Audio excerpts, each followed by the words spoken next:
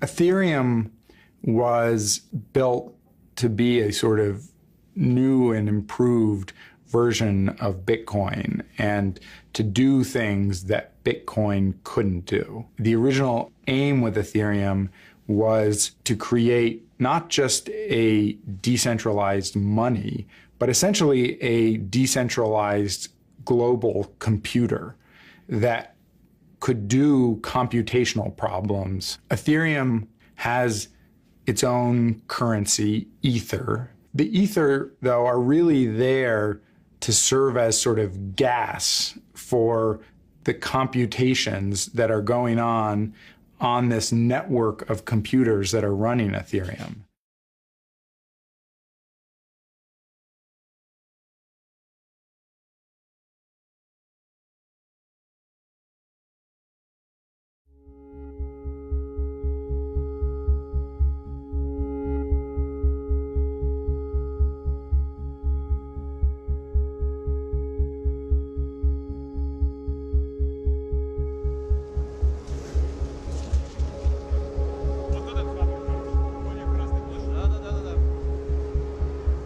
The original reason why I likes the name is that ether is this sort of thing that, scientists were hypothesizing about in the 19th century, where people were thinking sound waves travel through air, water waves travel through water, so what do light waves travel through? And they hypothesized this existence of a medium that kind of permeates the entire universe, that's in that itself is kind of invisible, but it provides this kind of global reference frame, and it is, in some sense, sort of base layer that the universe runs on.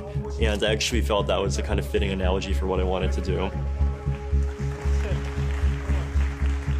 Деть биткоин какой-то неправильный подход, вот вы говорите. Я бы сказал, что Ethereum есть фичи и возможности делать такие вещи, которые у биткоина нет.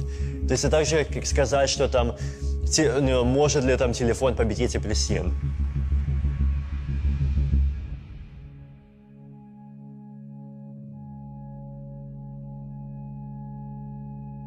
So Ethereum is a decentralized application platform. Its parent, Bitcoin, is more of a platform for transmission and storage of value. So Bitcoin was essentially an experiment in monetary theory gone wildly successful. You can think of Ethereum as a decentralized World Wide Web. It will eventually be able to run all the different kinds of applications that we see on the World Wide Web. At the end of the day, it's this kind of fabric for what you could almost describe as being a kind of new internet infrastructure. Eventually run a Facebook-like application. The difference is that it would be peer-to-peer, decentralized, rather than a client-server type architecture. Ownership of data, ownership of communications or informational emissions will rest with the users of the system rather than the owners of a company like Facebook. I think Vitalik knows that he's building a giant, globally distributed, reprogrammable supercomputer on a scale that mankind has never seen before. And he's doing it through a mechanism which initially supports this concept of smart contracts and issues a token just like Bitcoin, so there's value being created by the mining that we're doing. But the biggest difference is that Ethereum produces mines that are reprogrammable to tasks that we don't necessarily know what they're gonna do yet. One of the highest ambitions of Ethereum from the beginning was that you would actually be able to program the functioning of entire corporations into this global computer. And you would have not just a decentralized currency, but a decentralized company that would run according to the rules that you had programmed into this network. So there was always this idea that Ethereum might allow what people call decentralized autonomous organizations. So decentralized autonomous organizations, they're this idea that you can have these kind of automatons that are written in code that's set on the blockchain and that are governed through, smart contracts. It could be like some voting mechanism. It could even be some kind of voting by prediction markets or, some other new thing. Would be a sort of company that would be run not according to human decision-making or human rules, but instead according to rules that you programmed into the Ethereum network. Can actually leave this sort of decision making up to an artificial intelligence. So if you had a board, you could basically say, hey, we can't come to a consensus. Let's just refer this to an AI.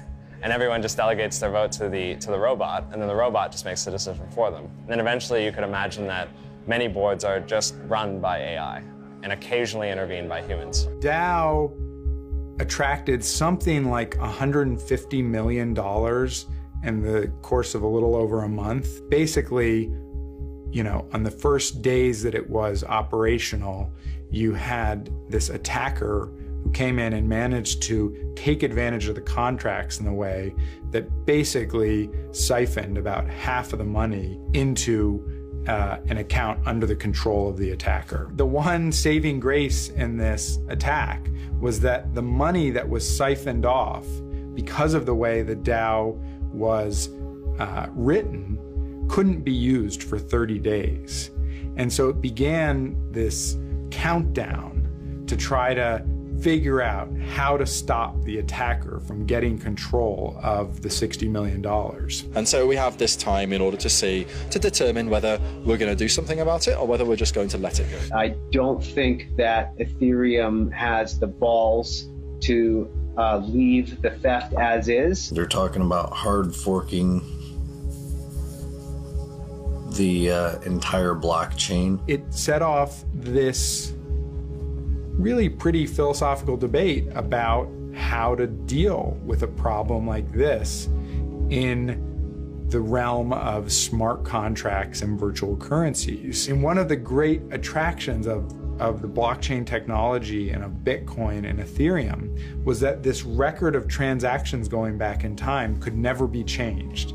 That's one of the reasons this was so valuable. You could look back and know that a transaction happened and know that nobody could tamper with that, nobody could change it. Once you had the DAO, people wanted to go back and change these contracts so that this person who seized all of this money, that those transactions wouldn't be valid. But that struck at the very core of what Ethereum was supposed to be.